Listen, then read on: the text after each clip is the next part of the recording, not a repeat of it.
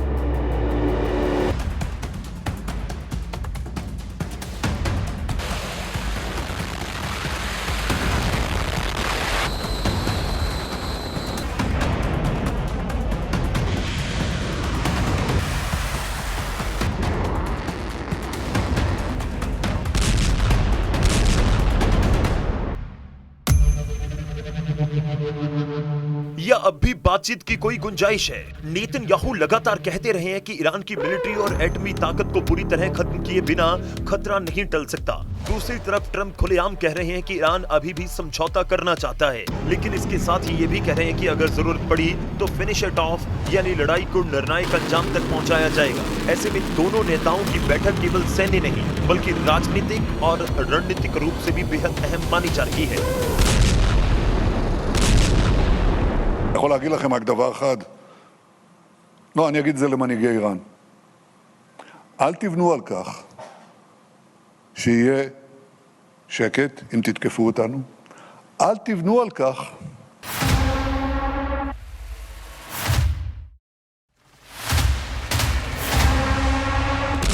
यानी दूसरे राउंड के शुरुआती दिनों में ईरान ने अमेरिका को कई मोर्चों पर चुनौती जरूर दी, लेकिन अब असली चुनौती शुरू हो रही है, क्योंकि अमेरिका धीरे धीरे सिर्फ जवाबी कार्रवाई नहीं, बल्कि ईरान की सैन्य ताकत को पूरी प्लानिंग से कमजोर करने की रणनीति पर बढ़ता हुआ दिखाई दे रहा है। अगर यही दबाव जारी रहा तो आने वाले दिन ईरान के लिए कहीं ज्यादा कठिन साबित हो सकते हैं। अमेरिका के पास 5 विकल्प हो सकते हैं।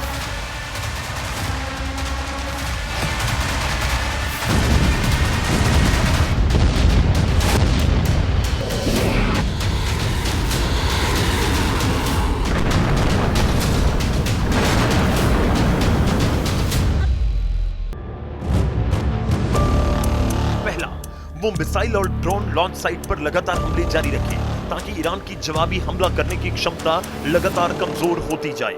दूसरा, ईरान की नौसेना और हॉर्मुज पर पूरा कंट्रोल। तभी ईरान के खिलाफ समुद्री नाकेबंदी और सख्त हो सकती है, तभी ईरान तेल और सैन्य सप्लाई दोनों मोर्चों पर दबाव महसूस करे। तीसरा, IRGC के कमांड सेंटर और सैन्य नेतृत्व को निशाना बनाना, क्योंकि अभी पूरे युद्ध को IRGC ही कंट्रोल करती दिख रही है। चौथा, साइबर वॉर और इलेक्ट्रॉनिक वॉरफेयर, जिसमें कम्युनिकेशन नेटवर्क, रडार और एयर डिफेंस सिस्टम को तकनीकी रूप से कमजोर बनाने की रणनीति अपनाई जा सकती है। पांचवा, ईरान की प्रॉक्सी नेटवर्क पर हमला। इसके तहत इराक, सीरिया, यमन और दूसरे इलाकों में उन ग्रुप को निशाना बनाया जा सकता है। इस जंग में अमेरिका और इजराइल के लिए सबसे बड़ी सिरदर्दी जो बने हुए हैं। यानी अब अमेरिका का मकसद केवल 1-2 एयर स्ट्राइक करना नहीं, बल्कि ईरान की सैन्य ताकत को हर मोर्चे पर कमजोर करना हो सकता है। दूसरी तरफ ईरान भी साफ कर चुका है कि अगर दबाव बढ़ा तो जवाब केवल ईरान से नहीं बल्कि पूरे पश्चिम एशिया में फैले उस नेटवर्क से मिल सकता है।